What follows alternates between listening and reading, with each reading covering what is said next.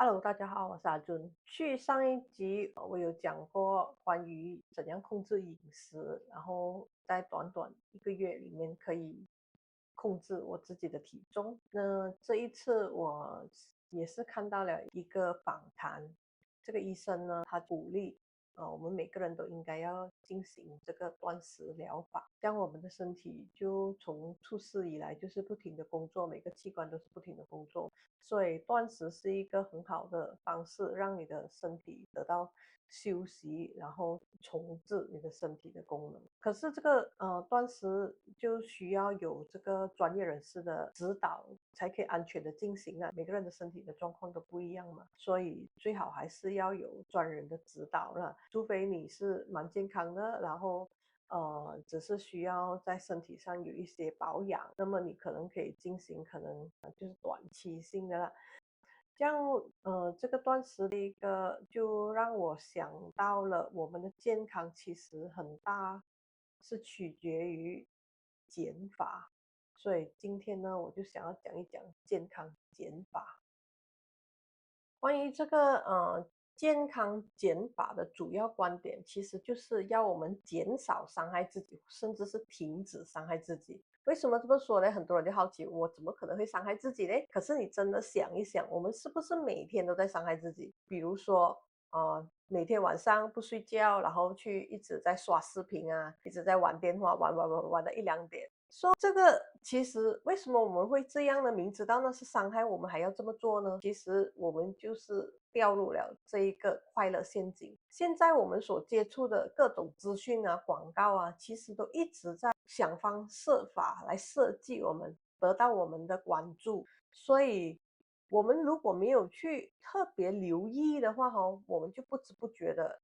就被他们带走了。这些陷阱呢，通常就是专门告诉你你所爱听的东西，你所爱看的东西，而并不是你真正需要知道、需要学习的东西。人们爱听的是什么呢？就是很简单的方法啊，不困难的啊，不麻烦的啊，轻轻松松的啊，就可以得到你想要的东西咯。而真需要懂的东西是如何去克服这些困难，去解决这些麻烦，才能够真正得到你所想要的东西。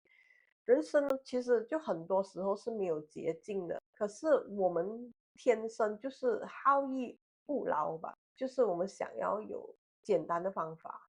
所以我们就不知不觉的掉进了这样的陷阱哦。比如说很简单的例子，就是运动，大家都知道哦，运动可以促进血液循环呢，可以让我们身体更健康。可是我们往往都很懒惰去运动啦，然后我们就会听某某啊跟我们说，哦，你吃这个产品，或者这个补助品、这个营养品，就会帮助你的身体排毒啊，还是什么东西的。可是这一些东西呢，如果你看清楚它，那些公司都会有一些免责声明，告诉你哦，如果有什么副作用或者是有什么后果，其实都不是他们会负责的咯，就是他们并没有这么说过，这些功效是你自己一厢情愿的，所以我们常常宁愿选择去相信一些容易的方法，而不去真正的面对困难、面对问题吧。古人说病从口入，可是，在我们这个现代社会就是会破坏我们健康的，其实也并不是只限于我们所吃的东西而已。因为现在的环境污染呢，还有这个资讯污染呢，也在慢慢的腐蚀着我们每个人的健康。环境污染这个大家可能会比较容易明白，是透过皮肤啊、呼吸管道啊所接触的一些病毒啊，或者是化学气体，甚至是重金属 （heavy metal）。之前新冠疫情的那个厉害，我们大家都体验过咯。而其他的污染物，比如重金属，它就会潜伏比较多年，而很少会被察觉，然后我们也不会去留意它，除非就好像2019年在那个 Johor Sungai Kim Kim 那边所发生的，非法丢弃那些工业废料在那个河水那边，然后造成那个气体外泄，然后差不多6000多个人都中招，其中学校的学生很多呼吸困难呐、送医院呐、有一些还进 ICU，然后还有很多的后遗症，到今天都还有。但是日常生活里，我们可能也在慢慢的吸入这一些的气体这些污染，尤其是如果你住在靠近那些工业区啊，或者是每天在大城市的那些交通的那些废气啊，其实还有那些二手烟，所以对我们的身体也是慢慢的造成伤害的。至于这个资讯污染呢，就更加隐蔽了，因为我们现在大多数人都是人人都有手机的，那些碎片化的内容啊，那些假资讯、洗脑的资讯、过度刺激的短视频，其实也是一种慢性的中毒，它也已经悄悄的覆盖了我们整个社会、整个网络世界，不管是大人、老人、小孩，已经没有办法，已经几乎天天人人都在刷手机、刷视频了，而且大多数人都不认为这是一个问题，因为哎呀，就纯粹就是一种娱乐而已嘛，除非是有一些暴力啊、色情啊，或者是虐儿的因素啊，那些平台就会限制，就会管控，而其他的无伤大雅，大家都觉得没有什么。可是这种快乐的陷阱其实已经慢慢的在改变我们的神经系统。有一些研究已经发表说，这些长期的这资讯污染会造成了我们焦虑啊、精神散漫，没有办法集中精神，尤其是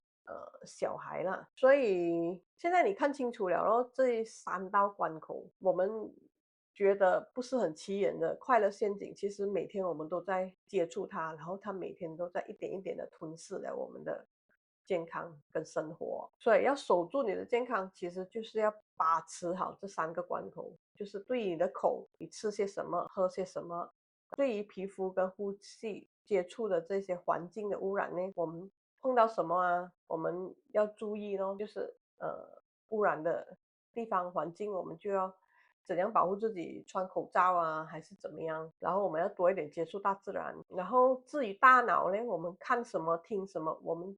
也要留意，尤其是老人跟小孩所观看的那些内容，我们也要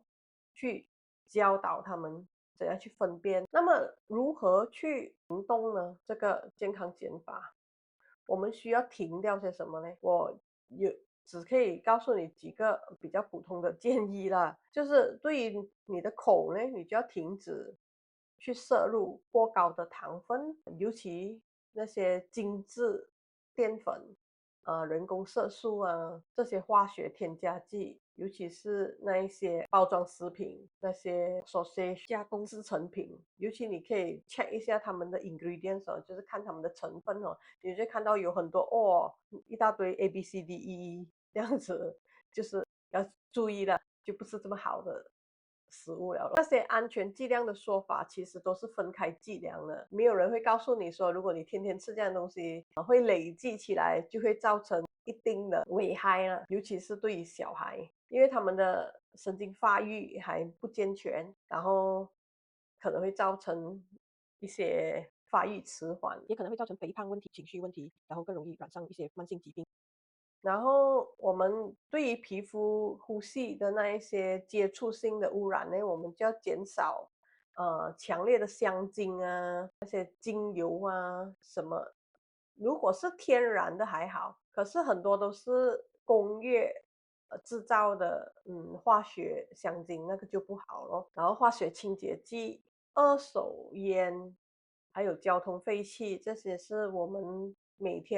几乎每天都会接触到的东西。然后避免使用不明的塑料来加热你的食物，因为那个 plastic 哦，它会有，就是它的那个 chemical 会 leach，就是它的那个化学物会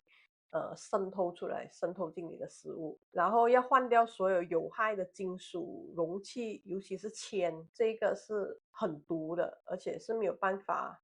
去除的。然后减少化妆用品和护肤品，尤其你要去注意你所用的这些化妆品、护肤品有没有含有这一些重金属，大多数都有了，他会跟你讲一些安全剂量，可是重金属就是我们身体不能够排除掉它的，所以你会慢慢的累积、累积、累积，就是一种慢性中毒，所以可以不要用的是最好咯。至于你的大脑呢，就要停止长时间的去看这些碎片化的信息，因为它在训练你的头脑哦，越来越难以专注，然后越来越需要更强烈的刺激，所以人会变成很暴躁啊，没有耐心啊。然后我们可以做的就是设定一些数码进食的时间哦，就是要有时间限制，让你的大脑可以休息。所以我们现代的社会呢，如果说不要让你的孩子输在起跑点，其实是不是要你的孩子去学习更多更多，而是要保护他们的健康和他们的头脑，因为他们是更脆弱，他们的身体还小，然后神经系统也还在发育，所以对这种污染的物质啊和讯息的刺激是更加的敏感，然后抵抗的能力是更低、更弱，然后我们也要减掉这些孩子生活中的鲜艳零食啊，那些甜甜水啊，还有这些二手烟，强烈的香精，睡前的荧幕，我们都要减少掉它，然后保护好你的孩子的健康和大脑的发展，才是你可以给你的孩子最好的资源跟礼物。所以总结就是我们的健康已经并不是应该要一直加一直加，要做些什么吃些什么，而是我们要减，我们不要些什么，我们不要些什么，不是你吃了多少神奇的保养品或者是药物，而是你少吃一些慢性侵略你的健康的食物，不是你用了多么昂贵的健身器材还是什么，而是你远离那些环境的污染，还有这些隐形的毒素，减少去接触。不是你学了多少的知识，而是你要减少拒绝资讯垃圾。健康不在于糊里糊涂的接受，而是在你敢说不的边界里。好了，今天就讲到这里，谢谢大家的收看。喜欢我们的视频，闲人闲事聊，就请多多订阅、按赞和分享，这将会是对我们最大的鼓励。谢谢，下期再见，拜拜。